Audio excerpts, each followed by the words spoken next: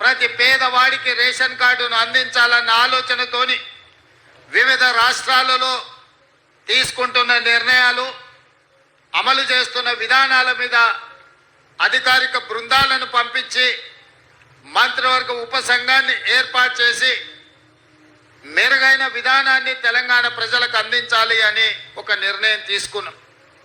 ఈ అన్ని విధానాలను పరిశీలించిన తర్వాత అది రాజస్థాన్ కావచ్చు, హర్యానా కావచ్చు, మహారాష్ట్ర కావచ్చు, కర్ణాటక కావచ్చు, వివిధ రాష్ట్రాలలో జరుగుతున్న అమలవుతున్న విధానాలను తెలంగాణ రాష్ట్రంలో గతంలో అమలు చేసిన విధానాలను అన్నిటిని కూడా అంచనా చేసి సరిపోల్చి చూసి ఒక నూతన విధానాన్ని ఈరోజు పైలట్ ప్రాజెక్టు కింద మనం ప్రారంభించినాం. ఇవాళ కొన్ని పత్రికలలో రాస్తున్నారు రేషన్ కార్డుల విధానాన్ని ఉపసంహరించుకున్నారని. ఈ పత్రికలకు మరి ఎవరు చెప్తారో నాకైతే తెలీదు, కానీ వాళ్ళకి రేషన్ కార్డుకి ఈరోజు ప్రవేశపెడుతున్న ఫ్యామిలీ డిజిటల్ కార్డుకి తేడా తెలియకపోవడం దురదృష్టకరం. ఇంతకుముందు పేపర్ల మీద మాన్యువల్లో కార్డులు ఇచ్చేవాళ్ళు.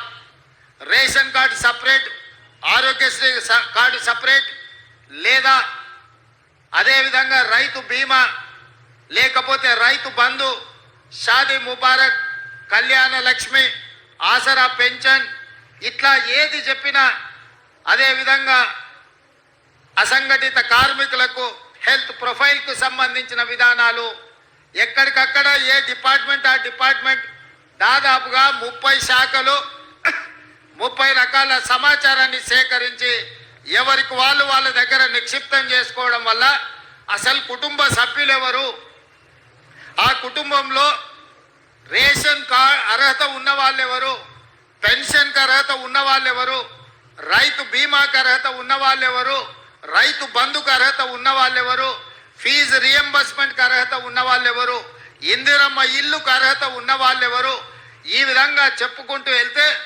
200 యూనిట్లు ఉచిత కరెంటుకు అర్హత ఉన్న వాళ్ళు ఎవరు, ఆర్టీసీ బస్సులో మహిళల ఉచిత ప్రయాణానికి ఎవరు అర్హులు, అదేవిధంగా 500 రూపాయలకు సిలిండర్ ఇవ్వడానికి ఎవరు అర్హులు, ఇట్లా ఎక్కడికక్కడ రకరకాల సమాచారము రకరకాల శాఖల దగ్గర ఉండడం వల్ల మెరుగైన విధానంతో పరిపాలన సాగించడానికి, ప్రజలకు మెరుగైన సేవలు అందించడానికి వస్తున్న ఇబ్బందులన్నిటిని కూడా రాష్ట్ర ప్రభుత్వం ఒక అంచనాకు వచ్చింది.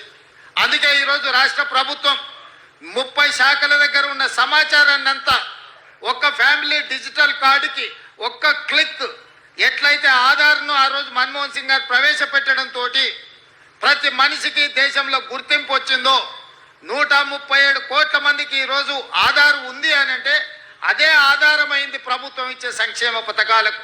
అట్లాంటి ఆధార్ను ఇంకా మెరుగుపరిచి ఈరోజు ఫ్యామిలీ డిజిటల్ కార్డు రూపంలో ప్రతి కుటుంబానికి అర్హత కలిగిన వాళ్లకు అన్ని సంక్షేమ పథకాలను అందుబాటులోకి తీసుకురావాలని ఒక్క క్లిక్తో సమాచారం అంతా సంక్షిప్తంగా ఉండి ప్రభుత్వ శాఖలలో ఉండే అధికారులకు అందుబాటులో ఉండాలని ఇవాళ ఈ విధానాన్ని ప్రవేశపెట్టినాం.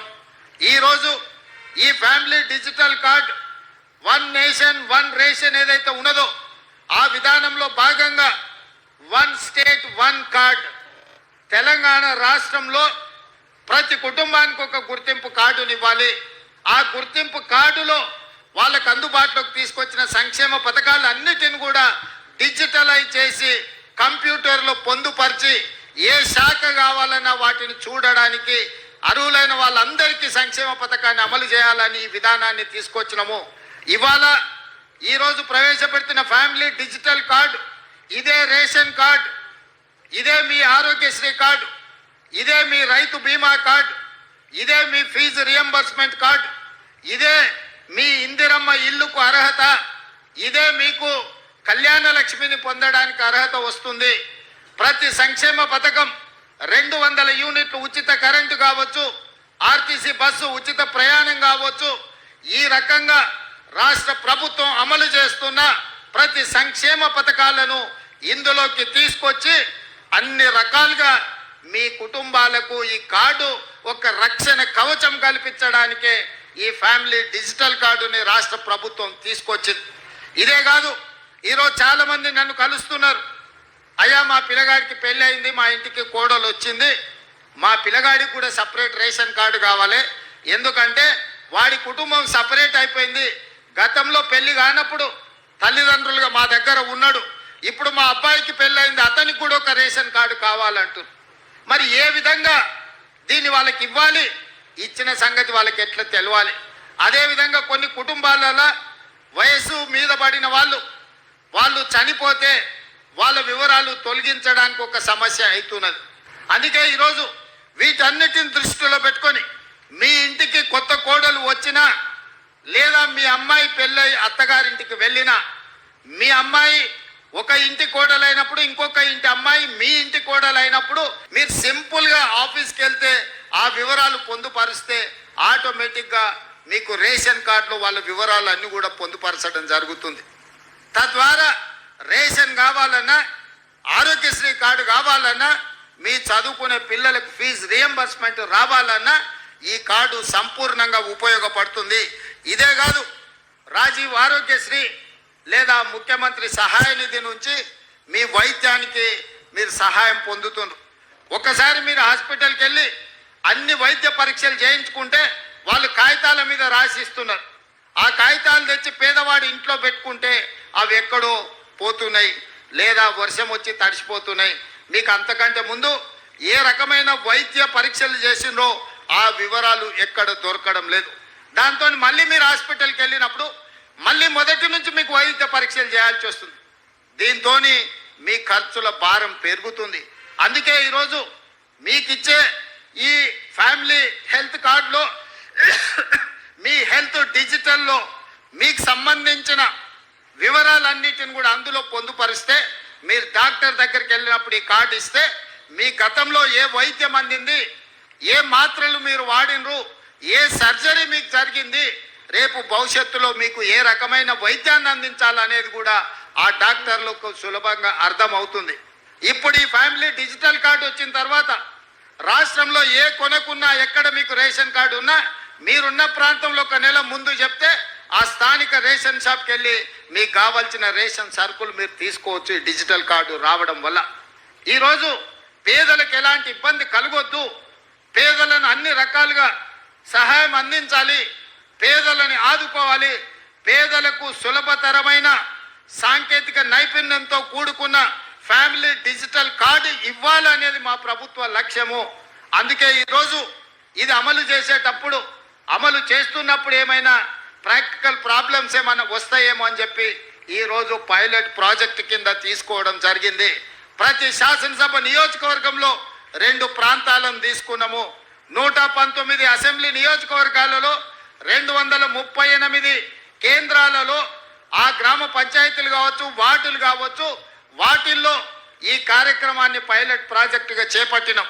తద్వారా అమలు చేసేటప్పుడు కుటుంబాలు ఎదుర్కొంటున్న సమస్యలేంది, పేదవాళ్లకు వస్తున్న ఇబ్బందులేంది, ఈ ఇబ్బందులను ఏ విధంగా అధిగమించవచ్చో పాత 10 ఉమ్మడి జిల్లాలకు సీనియర్ 10 మంది ఐఏఎస్ ఆఫీసర్లను నియమించడం జరిగింది. క్షేత్ర స్థాయిలో కూడా ప్రతి నియోజకవర్గానికి ఒక ఆర్టీఓ పై స్థాయి అధికారిని వేసి వాళ్ళను ప్రత్యక్షంగా పర్యవేక్షించి ఇంటింటికి వెళ్ళి ఆ కుటుంబ సభ్యులను కలిసి ఆ కుటుంబంలో ఉన్న వాళ్ళు ఎవరు, ఆ కుటుంబానికి కొత్తగా సభ్యులు చేరిన వారు ఎవరు, లేదా ఆ కుటుంబంలో ఎవరైనా మరణించిన వాళ్ళను తొలగించడమే కాకుండా కుటుంబంలో కొత్తగా చేరిన వాళ్ళ వివరాలను కూడా పొందుపరచమని చెప్పినాం. కొన్నిసార్లు పట్టణాలలో రెంటెడ్ హౌస్లో ఉంటాం, మనం కొంతకాలం అయినాక ఆ ఇల్లు ఖాళీ చేసిపోతాం. అక్కడ మన కార్డు ఉంటుంది, మనం మారిన దగ్గర తీసుకుందామంటే మనకి ఇబ్బందికరమైన పరిస్థితి. పట్టణాలలో ఇది బస్తీలలో చాలా ఎక్కువ ఎదుర్కొంటున్న సమస్య. అందుకే మీరు మారినప్పుడు ప్రభుత్వ కార్యాలయానికి వెళ్ళి మా అడ్రస్ మారిందంటే డిజిటల్ కార్డులో అడ్రస్ మారుస్తే ఆటోమేటిక్గా మీరు చేరిన దగ్గర మీకు కావాల్సిన రేషన్ కానీ లేకపోతే 200 యూనిట్ల ఉచిత కరెంటు లాంటివి మీరు వీటి అన్నిటిని కూడా వినియోగించుకోవచ్చు. అందుకోసమే ఈరోజు మాన్యువల్ విధానాన్ని మార్చి సాంకేతిక నైపుణ్యాన్ని, ఆర్టిఫిషియల్ ఇంటెలిజెన్స్ను ఉపయోగించి ప్రతి అర్హత కలిగిన పేదవాడికి సంక్షేమ పథకాలను అందుబాటులోకి తీసుకురావడమే కాకుండా ప్రతి మనిషికి ఒక గుర్తింపు నెంబర్ ఇచ్చి తద్వారా మనిషికి అర్హత కలిగిన పథకాలన్నిటిని కూడా అమలు చేయాలన్న విధానమే ఈరోజు కాంగ్రెస్ పార్టీ విధానము. అందుకే ఈ కుటుంబానికి ముఖ్యంగా కాంగ్రెస్ పార్టీకి మహిళలకు ఇచ్చే ప్రాధాన్యత మీకు తెలుసు. ఆనాడు ఇందిరమ్మ కావచ్చు, నేడు సోనియమ్మ కావచ్చు, కాంగ్రెస్ పార్టీ పెద్దలుగా మహిళలు ఉన్నప్పుడే సంక్షేమ పథకాలు అమలు చేసినాం. అందుకే ఈరోజు ఈ ఫ్యామిలీ డిజిటల్ కార్డులో కుటుంబ పెద్దగా మహిళలనే ముందు పెట్టినము. మహిళ చేతిలో కుటుంబ పెత్తనం ఉన్నప్పుడే ఆ కుటుంబం బాగుపడుతుంది, ఆ కుటుంబానికి వచ్చిన సంక్షేమ పథకాలు అమలు జరుగుతాయని విశ్వసించి ఈరోజు కుటుంబ పెద్దగా ఆ కుటుంబంలో ఉన్న పెద్ద మహిళను కుటుంబ పెద్దగా ఈరోజు పొందుపరిచినము. మహిళలకు మేము ఇస్తున్న ప్రాధాన్యత ఆర్టీసీ బస్సులో ఉచిత రవాణా సౌకర్యమే కాదు, ఈరోజు ఇండ్ల పట్టాలు ఇవ్వాలన్న మహిళల పేర్ల మీదనే ఇస్తున్నాం. ఇందిరమ్మ ఇండ్లు ఇవ్వాలన్న మహిళల పేరు మీదనే ఇస్తున్నాం. ఇవాళ ఈ ఫ్యామిలీ డిజిటల్ కార్డు కూడా మహిళనే కుటుంబ పెద్దగా పెట్టి మీ వివరాలన్నిటిని కూడా నమోదు చేస్తున్నాం. కాబట్టి ఈరోజు ఈ విధానాన్ని ప్రతి ఒక్కరూ ఉపయోగించుకోవాలి. ప్రతి వాళ్ళు ఈ సిస్టంలోకి వచ్చి మీరు నమోదు చేయించుకుంటే మీకు ఫ్యామిలీ డిజిటల్ కార్డు వస్తుంది. ఈ అమలు చేసే క్రమంలో ప్రతిపక్షాలకు కూడా నా సూచన, ఏది పడితే అది వాగుడు, లేకపోతే మీరు తప్పులు, మీరు అప్పులు పోయినానే చేసినవి రెండే.